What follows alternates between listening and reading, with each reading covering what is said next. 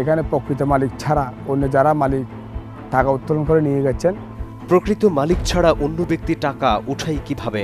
যাদেরকে গ্রেপ্তার করা হয়েছে তারা মূলত এই জমির মালিক না। তাহলে কেন কাদেরকে গ্রেপ্তার করা হলো? তারা আমাদেরকে বুঝাই দেয় এবং ওইখান থেকে আমরা দখল বুঝে নিই। কার কাছ থেকে কি বুঝে নিয়েছেন সেই বাস্তবতা নিয়ে সার্চলাইটের এবারের অনুসন্ধান।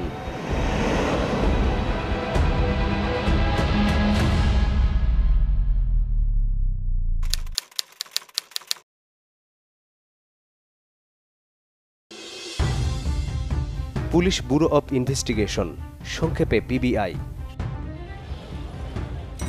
যাত্রাকাল 2012, জনবল 970 জন। খুন, ডাকাতি, নারী ও শিশু সংক্রান্ত মামলা, সাইবার ক্রাইম ও ফিনান্সিয়াল ক্রাইম সহ স্পর্শকাতর মামলা তদন্ত করা যাদের কাজ। দেশের 42টি জেলায় 49টি ইউনিটে কার্যক্রম চালাচ্ছে সংস্থাটি।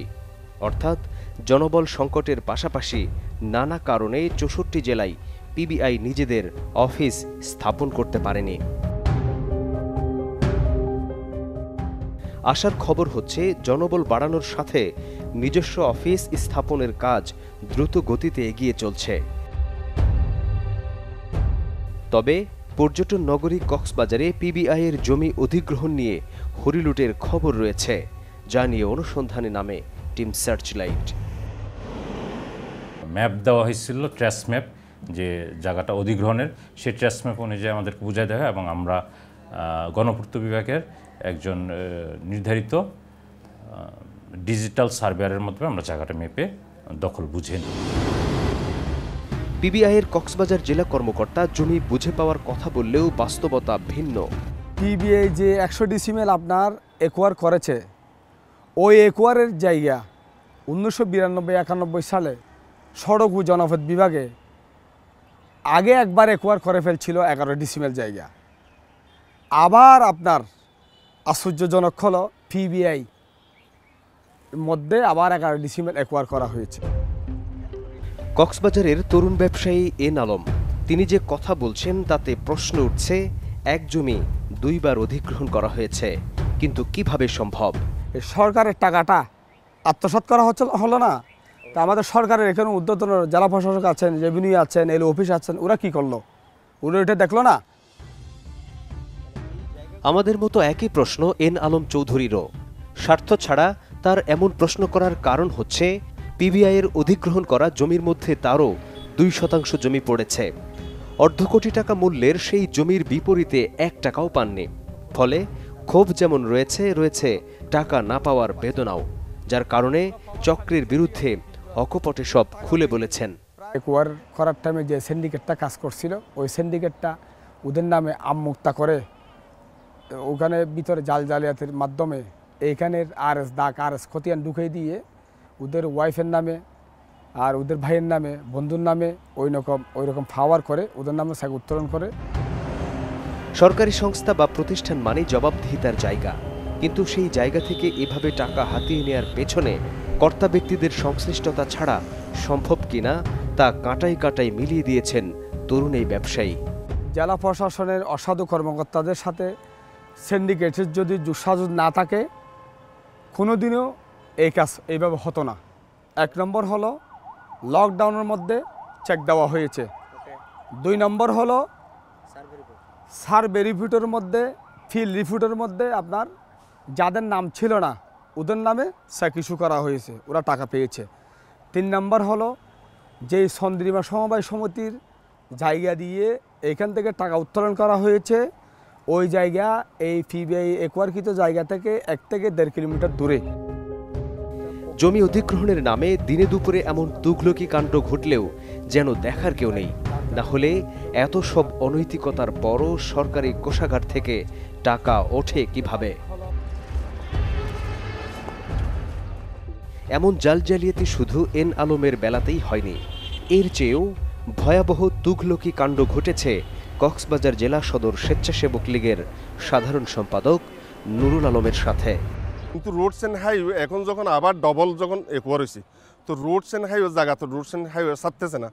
তো ওখানে যখন রোডস অ্যান্ড হাইওয়ে জায়গা ওইটা যখন এরা ফাঁসছে না, ওই জায়গার বদলে পিছনে এসে 17,050 দাগের থেকে আমার জায়গাটা এরা দখলে নিয়ে নিছে। তার কথাতেও স্পষ্ট এক জমি দুইবার অধিগ্রহণ হয়েছে, যে কারণে নুরুল আলমের 2 শতক জমি অধিগ্রহণ হলেও দখলে নেওয়া হয়েছে 12 শতক। এখন আমার মিটার লাগানো আছে ঘরের মধ্যে, দেখেন আমার ঘরও আছে। 12 শতাংশ জায়গা আমার জায়গা এরা জোর করে দখল করে ফেলছে, আমার আর ঘর থেকে বের করে দিছে। ঘরবাড়ি আছে, আছে নিজের নামের বিদ্যুতের মিটারও, কিন্তু নেই শুধু দখল। অর্থাৎ সরকারি সংস্থা পিবিআই জমি দখলে নিয়েছে, ফলে সরকার দলীয় নেতা হয়েও এখন অসহায় জীবনযাপন করছেন। কনফারেন্স রুম থেকে বাইরে হওয়ার 10 থেকে 15 মিনিট পর নাসির সাহেব আমার থেকে চেকটা নিয়ে ফেলছে। তার মানে কি চেক ছিনতাই হয়েছে? অবৈধ উপায়ে এই পিবিআই টাকা উত্তোলন করছে। পিবিআইয়ের অধিগ্রহণ করা জমির টাকা হাতে নেওয়ার দুঃসাহস কার? সেই তথ্য নিয়ে ফিরছি একটা বিরতির পর।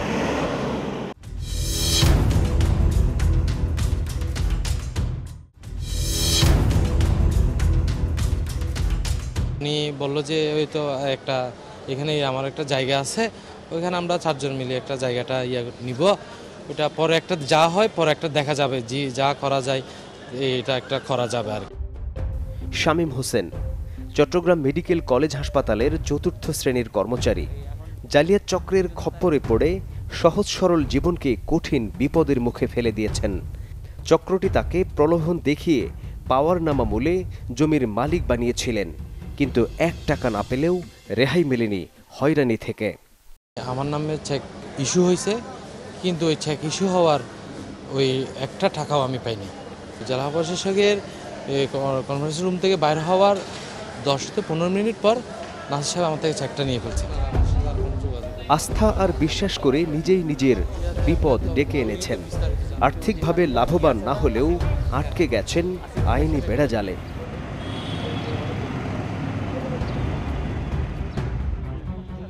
এই চক্রকে পাকড়াও করতে অভিযানে নেমেছে দুদক, সাথে টিম সার্চলাইট।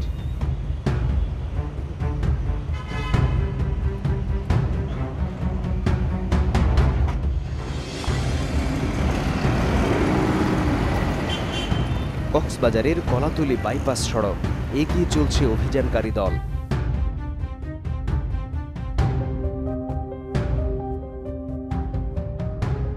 কিছু দূর গিয়ে গাড়ি থামাতে দেখে সন্দেহ হলো। কিছু বুঝে ওঠার আগেই একজনকে ধরতে ধাওয়া দিলেন দুদক কর্মকর্তারা।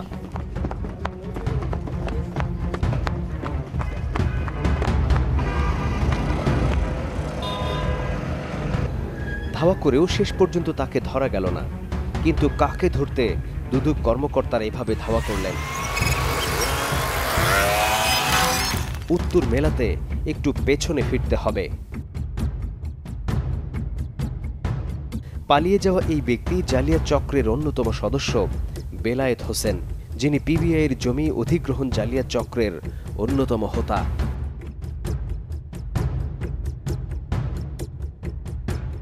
এক অভিযান বিফল হলেও পরবর্তী অভিযানে দুর্নীতি দমন কমিশনের চৌকস দল। এবারের অভিযান আর বিফল হল না। কক্সবাজারের বাহারছড়া এলাকার সুরক্ষিত বাড়ি থেকে জালিয়াত চক্রের 2 সদস্য ইদ্রিস সিআইপি ও অ্যাডভোকেট নুরুল ইসলামকে গ্রেপ্তার করে দুদক, যাদের বিরুদ্ধে জমি অধিগ্রহণের অর্থ আত্মসাতের অভিযোগ। 2 জন আসামিকে দেখলাম যে আপনারা অ্যারেস্ট করেছেন, এটা কিসের ভিত্তিতে এবং কি ঘটনা?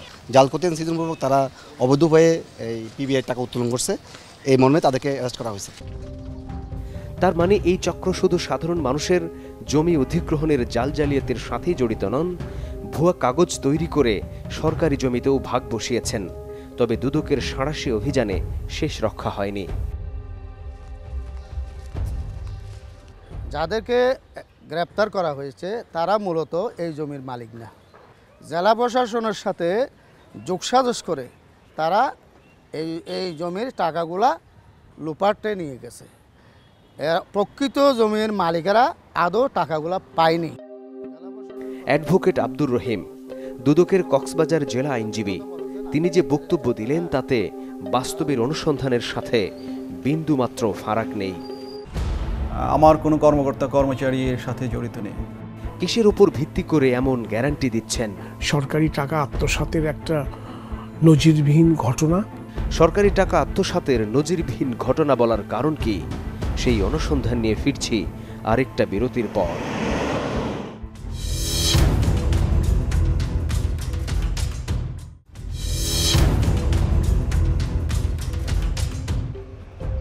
তদন্ত সংস্থা পিবিআই, অথচ তাদের জমি অধিগ্রহণ নিয়ে এমন জালিয়াতি। বিষয়টি আশ্চর্যজনক হলেও সত্য, কিন্তু কিভাবে? প্রশ্নটি যারা প্রতারিত হয়েছেন তাদের, তেমনি আমাদেরও।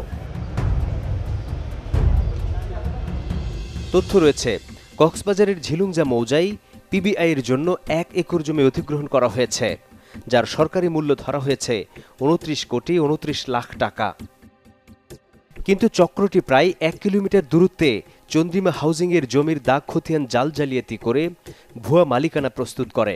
এরপর জেলা প্রশাসনের কিছু অসাধু কর্মকর্তার যোগসাজশে অন্তত 25টি চেকের মাধ্যমে বেশিরভাগ টাকা হাতিয়ে নেয়।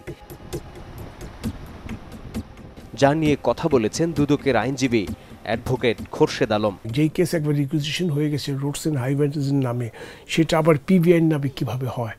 এটা একটা অত্যন্ত গুরুত্বপূর্ণ প্রশ্ন, এবং তদন্তে এই বিষয়টি তদন্তকারী কর্মকর্তা বেশ গুরুত্ব সহকারে খতিয়ে দেখছে। যদিও তদন্তকারী কর্মকর্তাকে বিভিন্ন দিক থেকে ভয়ভীতি দেখানো হচ্ছে।